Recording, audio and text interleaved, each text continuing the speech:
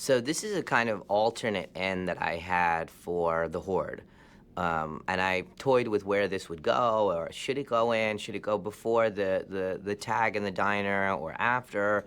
And I tried it in a lot of places, and it didn't quite feel right. It was the original ending of the Horde in the script, and then I wrote the one that's in the movie at the Mirror. And we reshot that afterwards, and that felt more of like the vibe of how I wanted to end. Like, so I had this ending in for a while and kind of moved it around in a few different places, but it was just too dark, and it kind of made it feel one note for me about what his intentions were. What is his motivations? I just didn't want the beast's motivations to be reduced to kind of killing, that kind of thing. So that's why I wrote the ending that you see in the movie with the mirror. So it was more kind of, showing the world what we were capable of. But this was the original ending, kind of dark and kind of gruesome ending.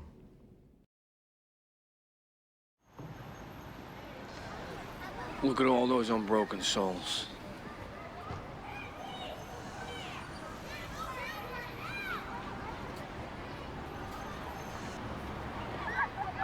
Such a waste.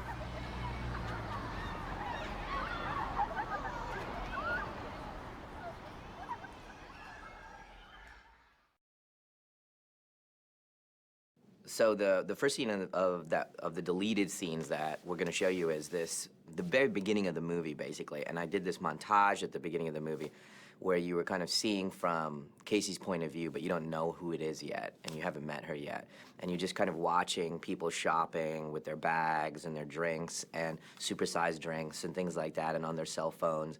And really, it's kind of her feeling of being detached from everyone, that they're kind of okay with life, and it goes into the themes of everyone's asleep, that Patricia will later say in the movie, and that the Beast's philosophy has about that the general world is asleep. So that's the way we used to start the movie, and then you see her and she kind of snaps out of her reverie because someone bumps into her.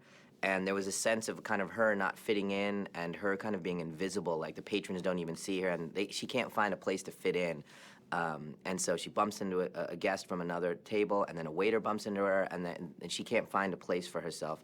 And she doesn't really fit in kind of a social teenager atmosphere.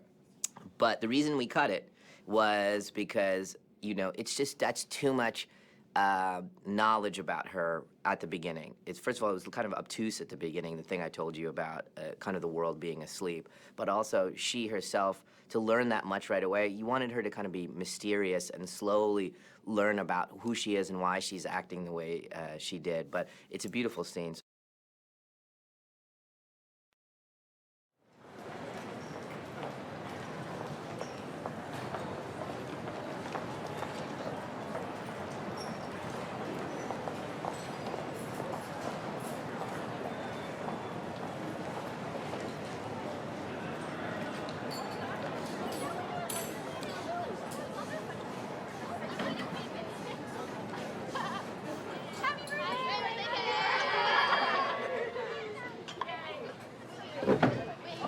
Sorry, didn't see you there.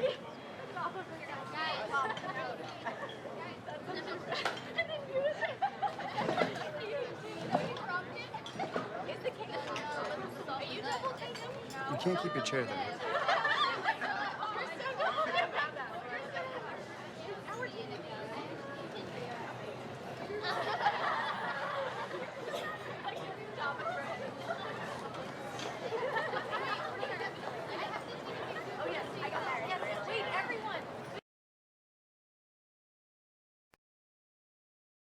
So this is a really big deal. The deleted scenes that we're going to show you now, which is starting with this first one here, which is there's a character in the movie that I cut out, and it really killed me to cut this character out because it was played by a brilliant, brilliant actor named Sterling Brown, who actually won the Emmy for the O.J. Simpson series the same year.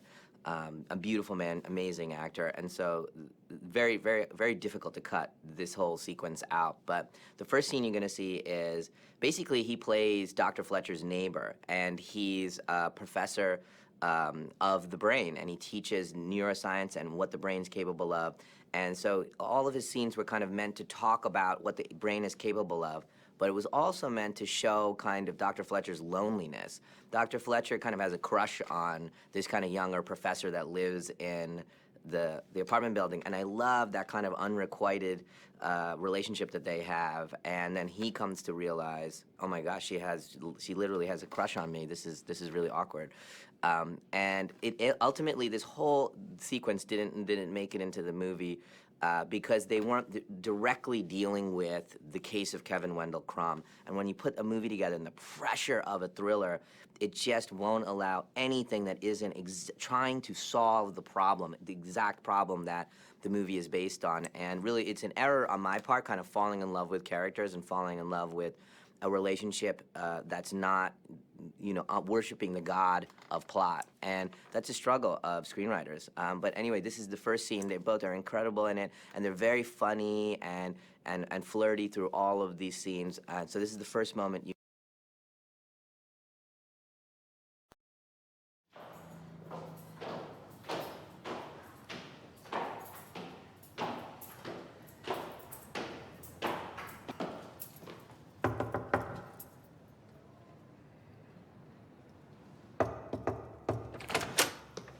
Good morning.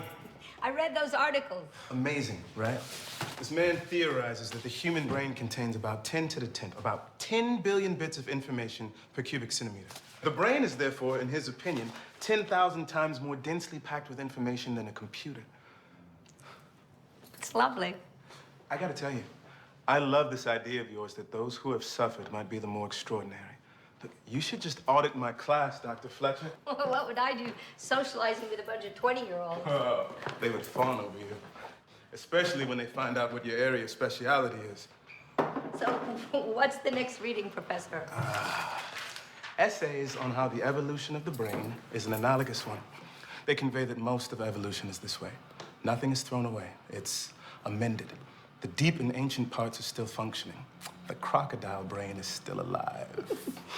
I'll read it tonight. Just email me later. I will. I'm sorry I have to rush to class. I went to the doctor today. Just the usual dribble about slowing down. This short hair thing of my physician really bothers me. I mean, she's a woman in her 30s, and short hair clearly sends a signal that the shop is closed, that sexuality is not a high priority. I'm not sure it's in my best interest to listen to someone whose priorities are so convoluted.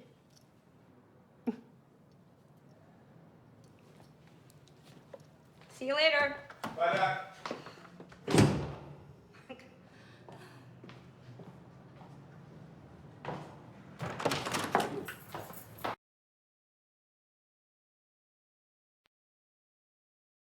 So this second Shaw scene here is kind of her coming to a party that he's having in his apartment.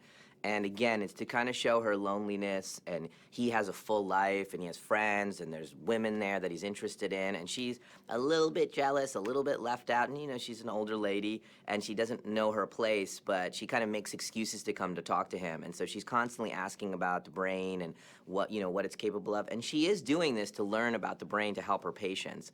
But there's obviously a personal part to it too. Now this particular scene I love because I wrote this speech about the autistic brain, what happens when an autistic savant concentrates. They can learn to play Beethoven just by hearing it. And I was feeling similarities between what they can do and what DID patients could do. So this is a scene where the two of them, these two...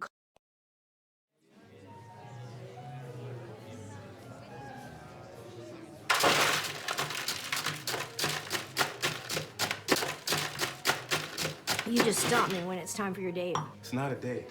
It's just work colleagues and friends getting together. Well, I'm gonna ignore that obvious lie. This party is clearly a ruse for a salacious objective.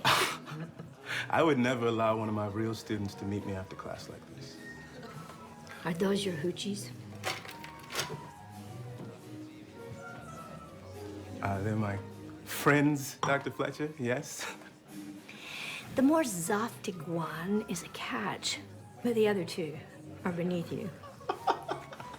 I tend to agree. You know what? I'll email you my questions. You're just using me to prove your thesis, that your clients are real. I use everybody. You've almost convinced me, by the way. How so? I was thinking there are studies about the autistic brain. They show an autistic savant can shut out other stimuli and see things in a field with astounding acuity. Now, it's possible that your patients are compartmentalizing in the same fashion. Compartmentalizing is everything to assimilating information. It's hyper-concentration. It would explain the way that they can master language, knowledge, skills.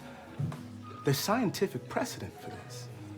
Sometimes I think people won't believe unless they see it for themselves. Maybe. You should go.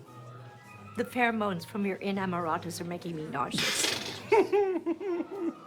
Let's see if we can convince some people together. And they're attorneys, Dr. Fletcher. Go do a lap, as they say. You're terrible.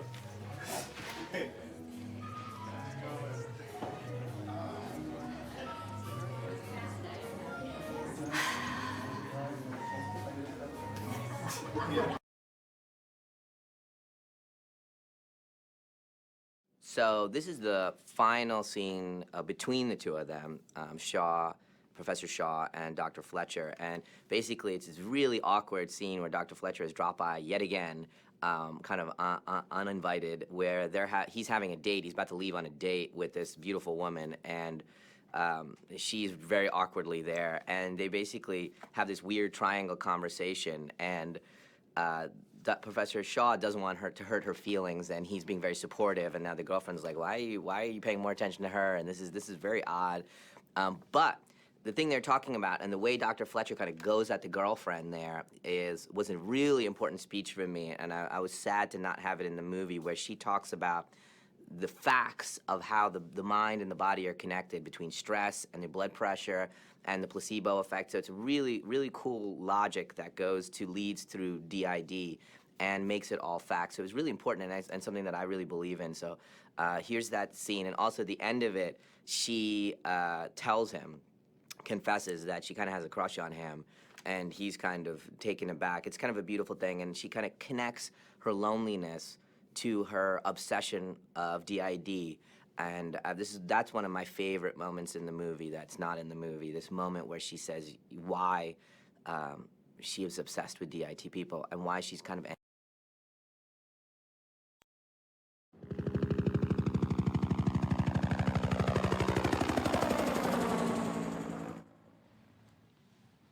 I'm sorry to drop by unannounced. Oh, please. Our reservation isn't for half an hour.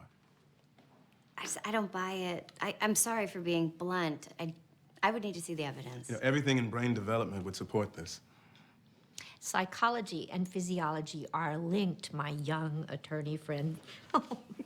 That is scientific fact. When you stress, your blood pressure goes up. I'll buy that. I give you a sugar pill and tell you it's the cure, and you cure yourself. The placebo effect is scientific fact. DID patients have changed their body chemistry with their thoughts. What they think they are, they are. I don't think what you're saying they can do is possible. I just can't accept it. I'm sorry. Well, I've seen studies on the placebo effect. It's amazing.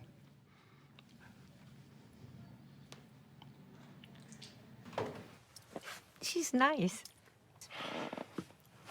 You're right. Not about her. I'm afraid she won't believe unless she sees.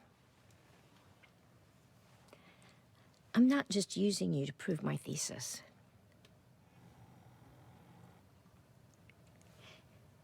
You know, sometimes I think I'm obsessed with DID patients because I envy them.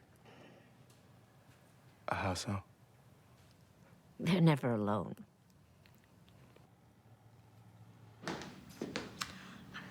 Have you seen my purse? Bye.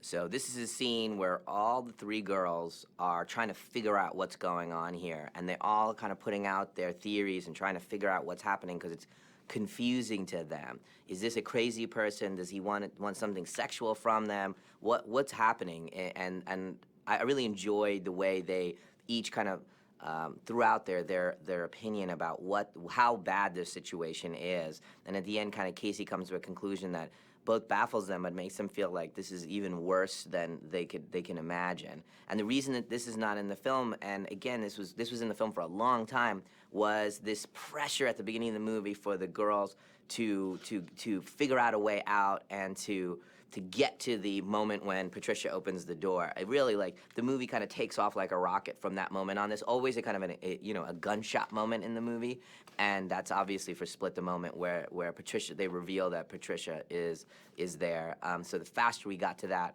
the better. And so this kind of came out. This was in the movie for a long time.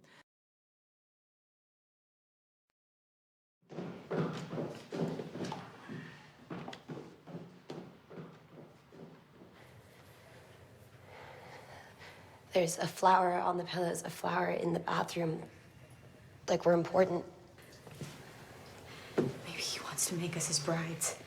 You know, one of those guys who wants to Stockholm Syndrome you, who'll keep us here for 15 years, be just nice enough. There are no cabinets. No clothes. We're not staying here for a long time. We're meant for something.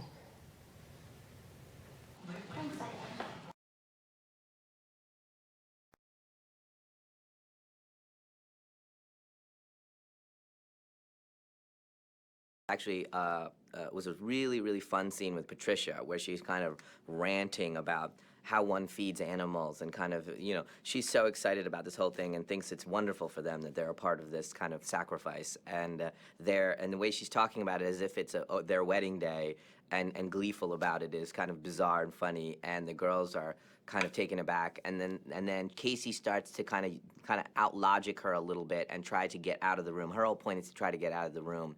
And actually, this scene's really interesting because this was the scene that we found Patricia. And what I mean by that was James and I were, you know, trying to figure out who is Patricia? What does she sound like? Who is she? And I said, you know, what if she had a British accent? What if she was kind of really, you know, prim and proper and she does everything right?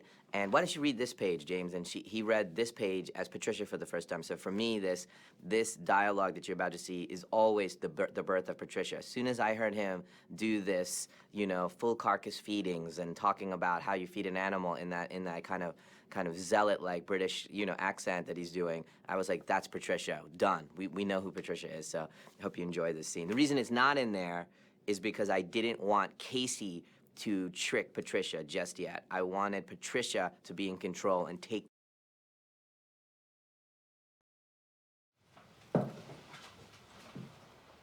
That's to show how important you are.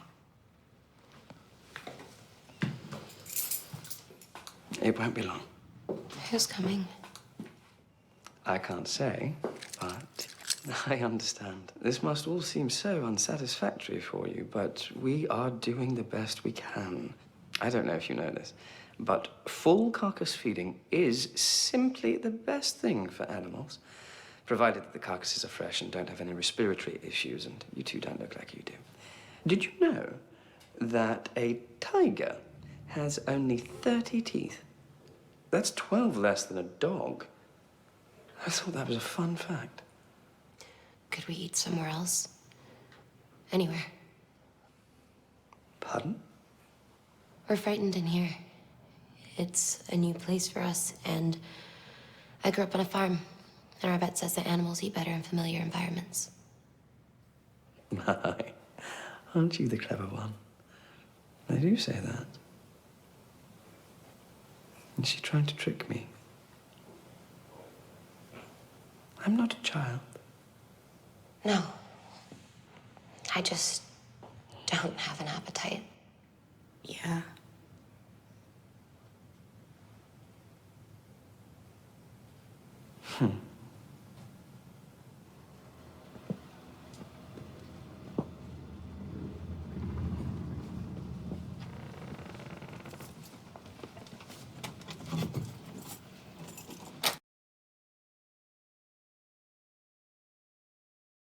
This is an additional flashback of Casey when she was a kid, and I think the only one that's not, the one that I wrote that's not in the movie.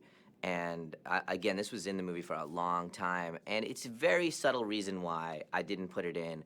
I didn't want it. Why I wrote it was a feeling of that the child had told her dad about what in her best way at 5 years old was strong, and figured out a way to tell her dad, I don't want to be around him anymore, her uncle, and was proactive. And it seems like everything's solved. And then we cut back to her, and she's screaming in the room where Dennis has kept her. And what I was hoping for was like a feeling of like, why is she still screaming? What don't we know? Even though it seems like he handled it at that point. But I took it out because I felt like it was an extra kind of loop-de-loop emotionally that was unnecessary. She had this incredibly traumatic experience, and then we learned later about the passing of her father in another flashback, and I wanted just a clean movement. That extra loop in the middle seemed unnecessary, but I do love the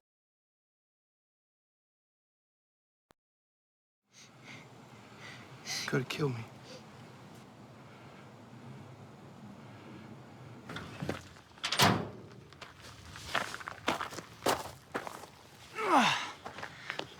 Why are you guys so quiet? Something wrong? Casey? I don't want to hunt with Uncle John anymore. I want to just be us. Okay, babe. We can do that. Deal. You good?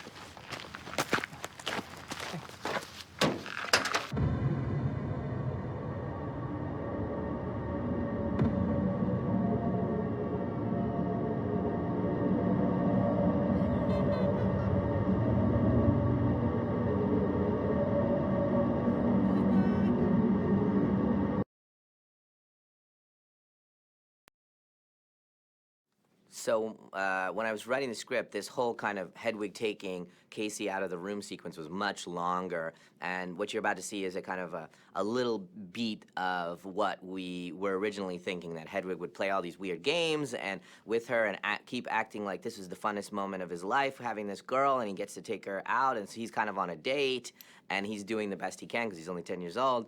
But in the end, again, we wanted to get to that dance moment as soon as possible. And really, I was kind of being redundant, you know, saying, okay, he's weird and having fun, and this is kind of scary. And I kept doing the same beat, so it was very redundant. So that's why I took it out. But it's a really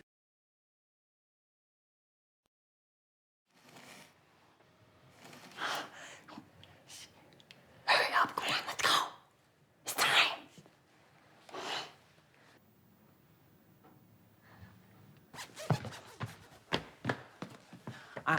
I'm gonna be big one day, taller than you.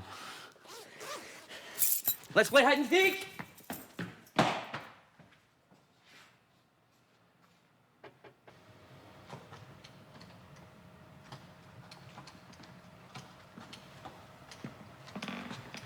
Hedwig?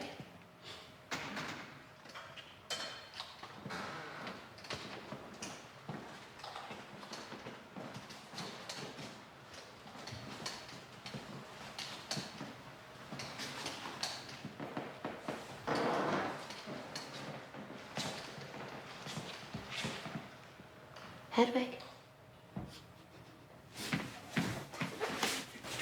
Me. Good job.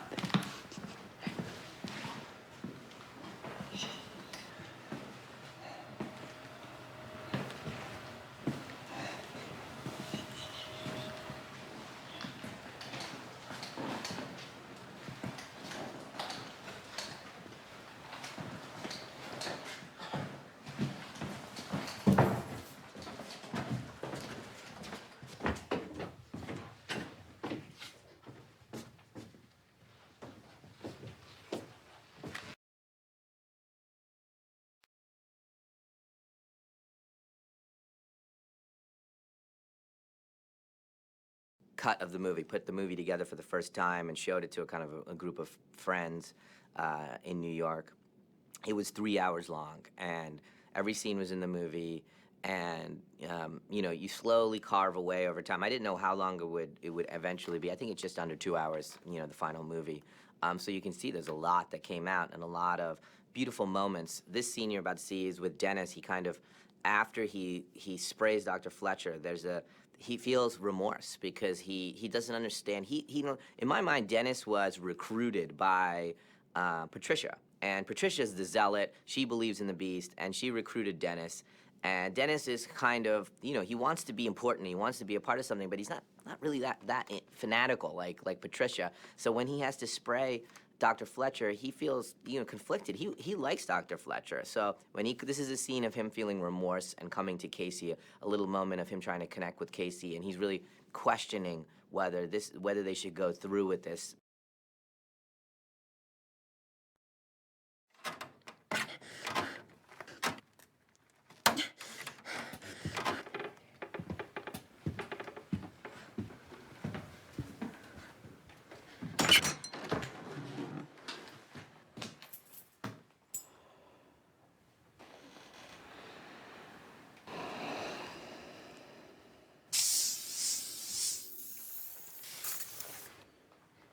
Maybe we are crazy.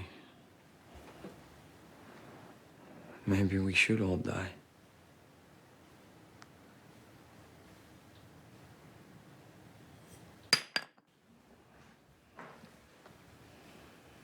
I should go. I'll be late.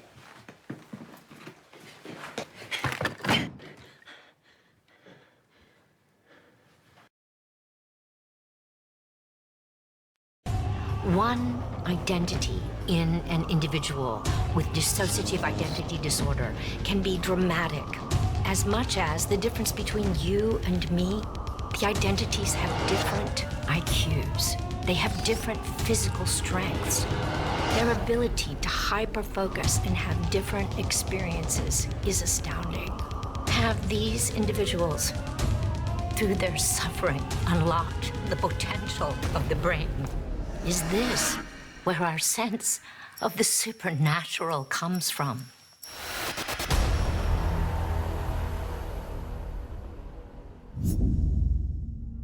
What if a person with DID thought one of its personalities was supernatural? Would they have supernatural powers?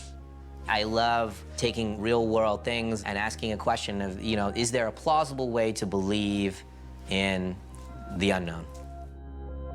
An easy way to think about why I was interested in coming back to this world of Unbreakable was a really simple one. I was a young man when I wrote Unbreakable and was very masculine-oriented, very kind of, you know, guy-oriented. And then I had kids. And then for a long while my kids were growing up, I was more interested in family-oriented stuff because that's really where my headspace was. So I was telling younger stories and to a younger audience, to children, and my kids have grown up.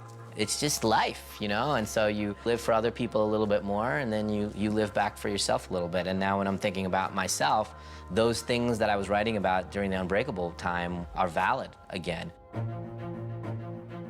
I said tonight, what is the character's name? And he said, I can't tell you that, just read the script. And he was like, what? He didn't understand what I was saying, because it was like, what am I supposed to point out every other character in the script? just read the script. It's pretty crazy, and you've got to stick with it. I think he just thought it was so messed up and so whacked that it was crazy, and he's so up for anything.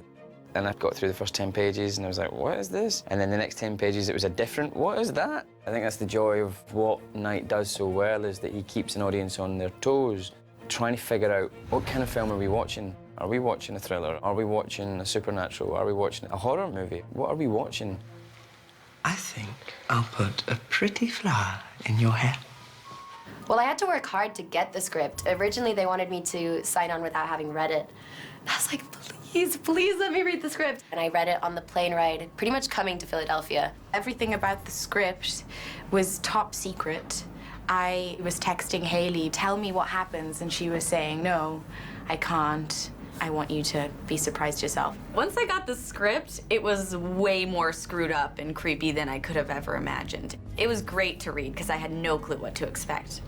Haley. You're just left on a cliffhanger at the end of each page. just wanting to know what's going to be the outcome of all of this. Where's this going to go? And it goes in ways you would never expect. You're saying that you're not gonna fight with everything in you? You know, the only chance we have is if all three of us go crazy on this guy. Claire is really the leader of the group that's saying things like, we need to fight him, we need to escape, we can do this, we can all get together and get out of here, like this isn't the end.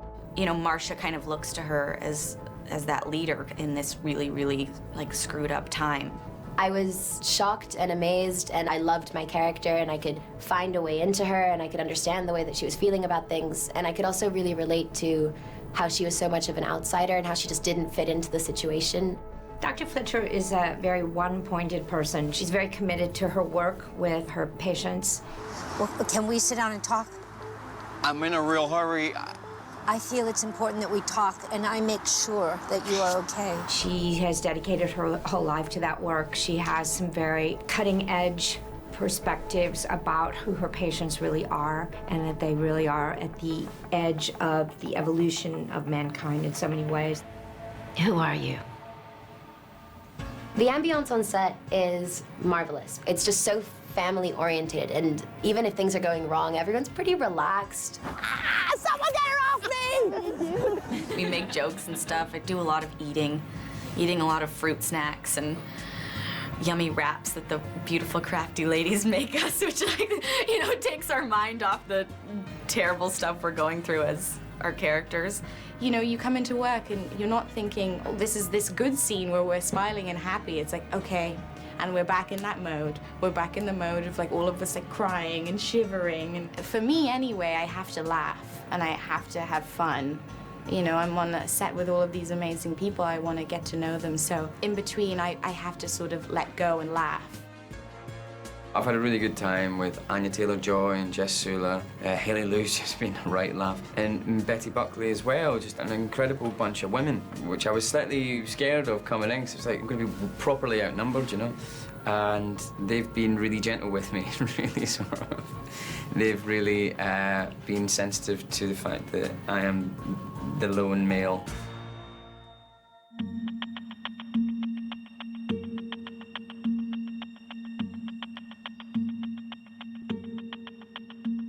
The visual look of this film, I've really been incredibly excited about. It is, in my opinion, his most cinematic movie. It feels very like a French film in a lot of ways. There's a style to it. The way they're lighting the movie and the way they're shooting this is very, very artistic and beautiful. And it's, I think, an unusual combination for a film that's meant to scare the bejesus out of you, too. It's stylized in a very subtle way. Very natural, but mysterious and moody. And I love it, because you know, you see just enough, but there's also enough in the shadows that you want to see more. Split was always inspired by independent cinema, but like, for example, when you look at the people that I hired, I saw the movie It Follows, and I thought that I just loved the way it was shot, so I got that cinematographer, this young guy who barely had shot anything. He shot It Follows, and that was it, and I was like, hey, do you want to shoot my movie? I mean, I didn't know if it would work out, but it did. It really, really did. Also, it didn't hurt when he was in the interview and he's like, Unbreakable is one of my favorite movies. I'm like, you're hired. And then Mara, who did the production design for us, I saw True Detective, which really affected me. I was like, who did that? Let me get that person. So Mara came on and she did the production design and it was wonderful. What's amazing about Night is, he has the whole movie in his head. It's probably the most succinct design process that I've had, because there's so much thought behind everything that there really isn't any guesswork that needs to happen. You think when you get down into the windowless room for the first time that this is a basement or something else, and that's the world. But then the reality of it is that we keep kind of peeling out and opening up that subterranean space, and it's a completely different story. And even beyond that, we have the multiple personality impact of the character that we have to kind of dress into the set, but also not reveal right away. So there's a lot of nuance and subtlety that we really tried to address in all of the set dressing, and it's been really fun actually having the crew come to set, because once they're trapped in a space for an hour trying to light something, they look around, they're like, oh, I get it, this is part of this world. And that's the greatest reward, I think, for me, is when people, kind of catch these little things that we work so hard to thread throughout. Because we're making a film in Philadelphia, and because he's so loyal and such an amazing citizen of the city, there's also a lot of opportunities that present themselves that I don't think a film this size that was just coming in without its connections to the city that we wouldn't have access to. So in some ways, the production value is actually much higher. We have some really big moments. I don't think we would have gotten them without Knight's persuasion. I think that's really cool that Knight uses the resources he has to make the movie that he wants to make. I think he's really brave, bold, and I think he's really clever. He's bucking the trend that says, in order to tell an audience that you've got a good story, you have to spend 200 million on it. I don't think budget is really a signifier of quality, but just a symbol of how many cranes or how many lights or how many big actors are in it. Doesn't mean it's a good story. And I think what he's doing is clearing away all the interference, and he's getting back to proper good storytelling.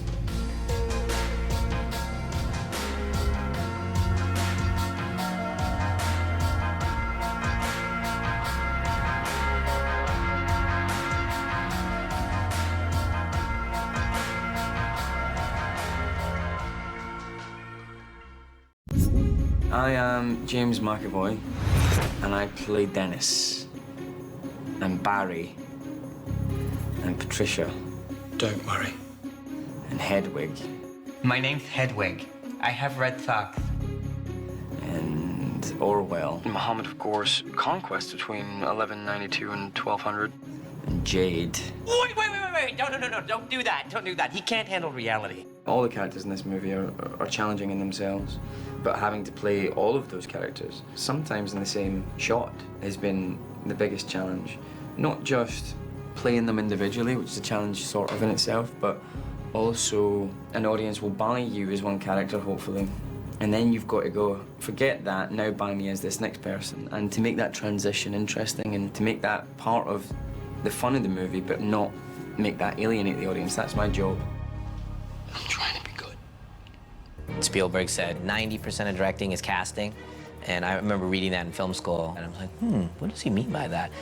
And, you know, this is what he means by that. James McAvoy is what he means by that.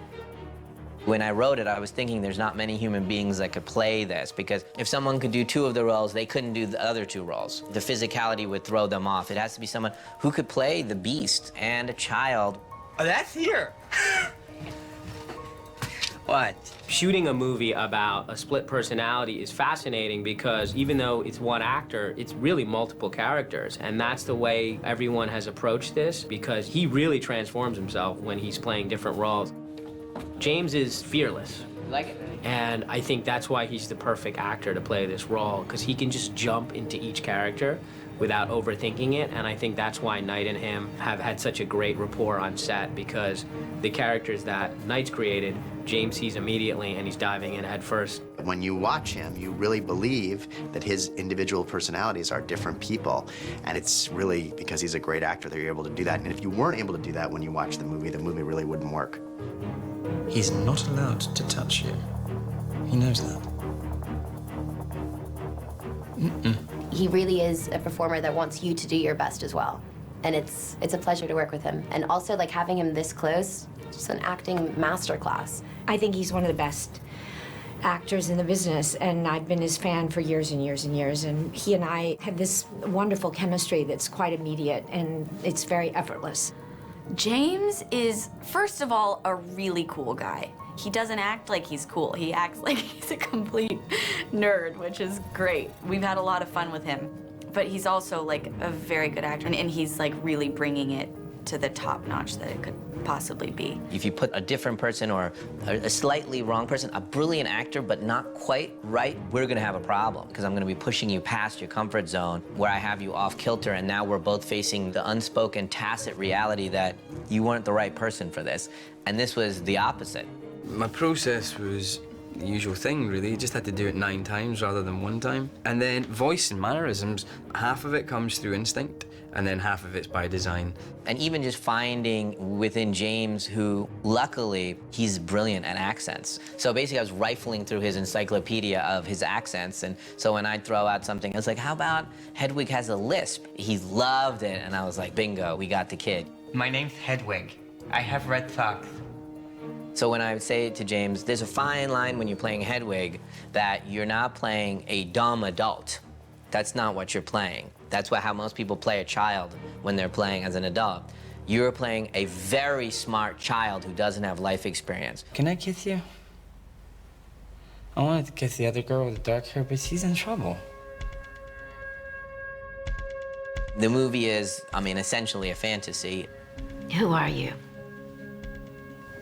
I wanted to take something scientific and psychologically proven and keep going with it, keep going. First 2, 3 steps have been proven and the next one was not proven, but it's a question. If you get stressed and your blood pressure goes up, you believe that. Do you believe I give you a pill and it's full of sugar, but I told you it's a cure and a portion of the population cures themselves of all diseases? Do you believe that? It's true, that's a fact. It's in every scientific study everywhere, and every medicine is pit against the placebo effect. Now I'm going to introduce you to DID, where each individual personality believes they are who they are 100%.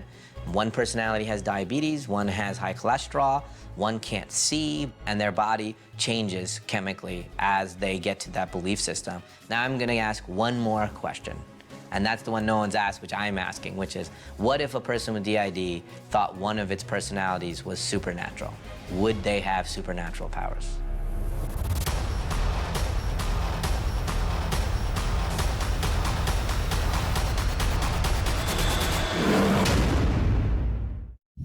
There's many ways to get to authenticity.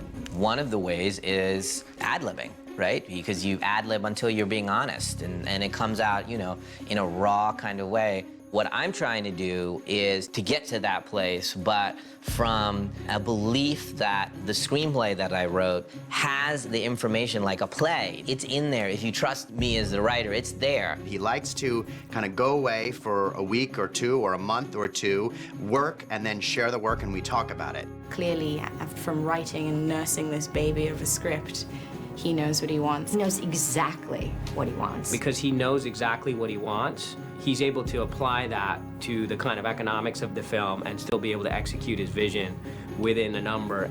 You know with Knight if you're getting it or not, and if he's happy or not. Because when he's happy, he's ecstatic, and he's like a little kid. That was a good one. And when he doesn't feel like he's getting literally 100%, even if he's got 99% of it, perfect and beyond all expectations, he'll still be like, yeah, no, it's great. Yeah, it was really good. With James and myself, it was one of those rare, wonderful things where your lead actor just gave in the most complex role I've ever written. He just gave in to the point, like, I'd go home and I'd call him and I'd say, we didn't get it today. We're gonna come back and get this. I don't even need to look at the daily. We didn't get it. And he goes, I know. And then, you know, fear goes away, and then kind of desire to find him or her comes up, and then we go back and we get it the next day. I don't have to worry about whether I'm doing a good job or not, because if I'm not doing a good job, he's going to tell me. It takes a lot of weight off my shoulders because he's seeing it. So I can feel a certain way about the character and I can feel a certain way about a choice, but then he can see it in the wide lens of the movie and tell me if it works or not. He, you know, conceived the project, he wrote the script, he knows how he needs to tell the story, and then it's up to you as his actor to give him that. I love working with him, and so it simplifies what can be overcomplicated in my process. When he sees something and he's excited by it, sometimes we adapt. But for us, it's so exciting to have someone that, you know, sees something and wants to make it even better. And it might mean a little bit more work on our end, but it really is just so rewarding. I think there's a purity to him that he had early on in his career that he has found again. He's really gone back just to the love of filmmaking and storytelling, and he's really just focused on the characters.